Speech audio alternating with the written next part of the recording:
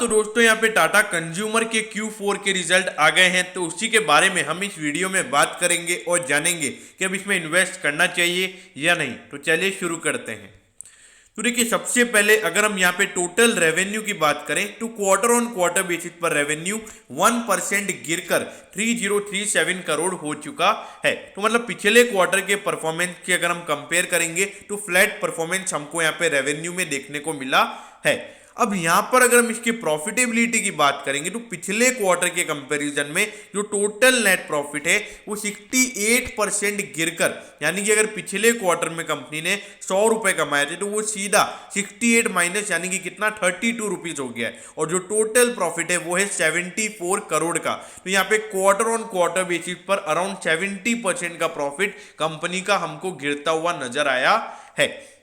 अब देखिए, इसका मेन रीजन क्या है, अब वो जानिए। देखिए, मेन रीजन ये है कि जो लगातार जो कमोडिटीज के प्राइसेस बढ़ रहे हैं उससे सीधा यहाँ पे क्लियर कट जो इनके मार्जिन है उसके ऊपर हमको यहाँ पे अफेक्ट पड़ता हुआ नजर आया है। और उसके अलावा जो टाटा कंज्यूमर की एक सब्सिडरी कंपनी है वहां पे उनको अराउंड 18 करोड़ का लॉस हुआ है। मतलब उन्होंने सेल किया था तो वहां पे 18 करोड़ का लॉस उनको हुआ है। तो उसके अलावा कुछ ऐसे एक्सेप्शनल आइटम्स है जिसकी वजह से यहाँ पे नेट प्रॉफिट हमको गिरता हुआ नजर आया है, लेकिन ज्यादा रेवेन्यू में हमको गिरावट देखने को नहीं मिली है। ये एक बहुत ही अच्छी बात है।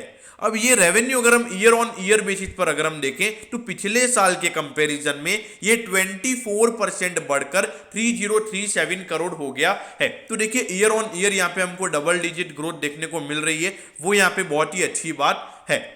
अब यहाँ पे जो टाटा कंज्यूमर के शेयर होल्डर्स है उनके लिए अच्छी बात यह है कि पिछले साल जो कंपनी को 122 करोड़ का लॉस हुआ था जनवरी से मार्च वाले क्वार्टर के अंदर, तो यहाँ पे 74 करोड़ का प्रॉफिट हुआ है। तो ईयर ऑन ईयर बेसिस पर जो पिछले साल कंपनी लॉस में थी अब यहाँ पे प्रॉफिट में आ गई है, ये एक बहुत ही अच्छी बात है।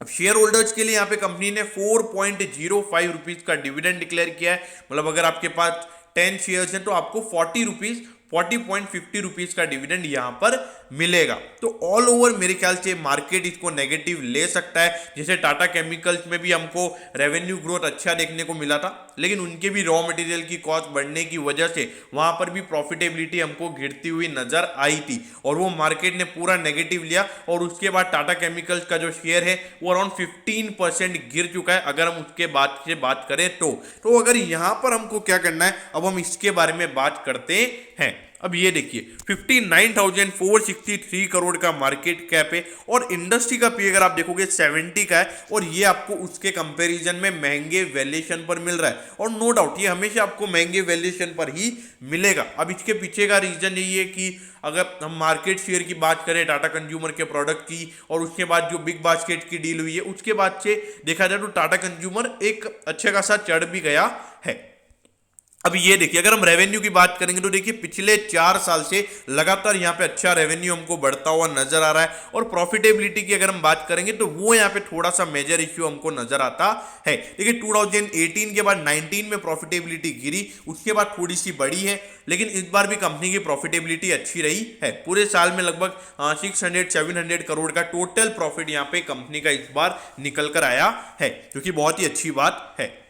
अब ये देखिए, टाटा कंज्यूमर प्रोडक्ट के अगर आप शेयर को देखोगे 653 रुपीज पे ये शेयर भी ट्रेड हो रहा है और इसके आप हाई पे नजर डालिए 698 का इसका हाई है। तो अपने हाई से अगर हम कंपेयर करेंगे तो अराउंड 6 to 7% के करेक्शन पे ये स्टॉक आपको भी मिल रहा है। लेकिन हाँ, जो यहाँ पे लॉन्ग टर्म इन्वेस्टर्स हैं उनके लिए यही बोलूंगा कि जो लोग इन्वेस्टेड हैं इन्वेस्टेड रहिए। ये रिजल्ट से आपको बिल्कुल भी नेगेटिव इंपैक्ट नहीं पड़ना चाहिए। और अगर बाई चांस मार्केट इसको नेगेटिव लेता है और अगर टाटा कंज्यूमर का जो शेयर है वो अगर 600 के लेवल्स के नीचे जाता है तो मेरे ख्याल से लॉन्ग टर्म इन्वेस्टर्स के लिए बहुत ही बढ़िया अपॉर्चुनिटी यहाँ पे नजर आती है। अगर आपको लॉन्ग टर्म के लिए इसको एक्वायर करना है आप वहां पे एक्विजिशन कर सकते हैं, मतलब आप और इस शेयर को खरीद सकते हैं। लेकिन हाँ, जिन लोगों ने पहले से इन्वेस्टमेंट नहीं करी हुई है और जो लोग इन्वेस्ट करना चाहते हैं और अगर मार्केट नेगेटिव लेता है तो मेरे ख्याल से इससे बढ़िया मौका आपको और टाटा कंज्यूमर को ऐड करने का नहीं मिलेगा।